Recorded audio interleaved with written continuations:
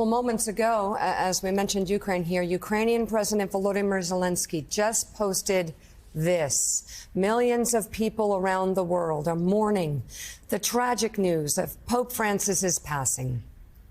His life was devoted to God, to people, and to the church.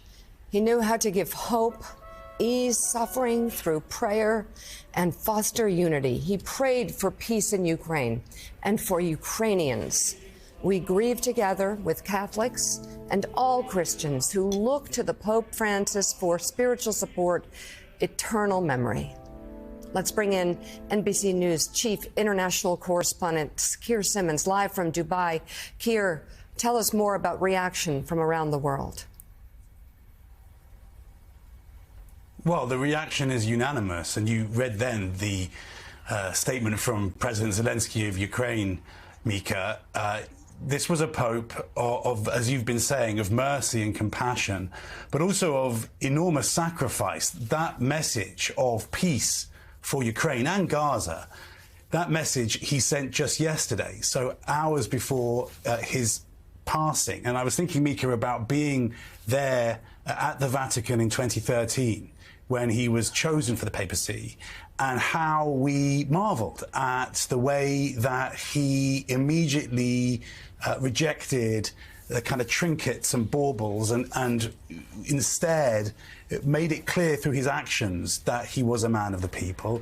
And incredible, isn't it, that even right until the final hours, he was doing the same thing. So once again, appearing in St. Peter's Square and again, giving out sending that message to Ukraine and to Gaza, even while he could not know, we did not know, that was his final day of work. His final hours were spent giving to people and trying to send the message that he has been trying to send through his entire papacy. And it hasn't been easy. The controversy has been there. So, and not simply in the ways you might suspect. So controversy from Ukraine, for example, when he had a Russian woman and a Ukrainian woman carry the cross together early on, close to the time of Russia's full-scale invasion of Ukraine. That caused a good deal of backlash in Ukraine because inevitably the emotions are so high. But what the Pope did then and has continued to do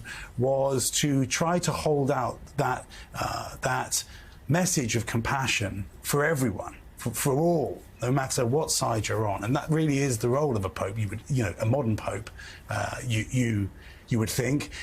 As you mentioned, the question now, who will take his place? We haven't had, the conclave hasn't been announced even yet. We have to have the plans for the funeral, all of those things.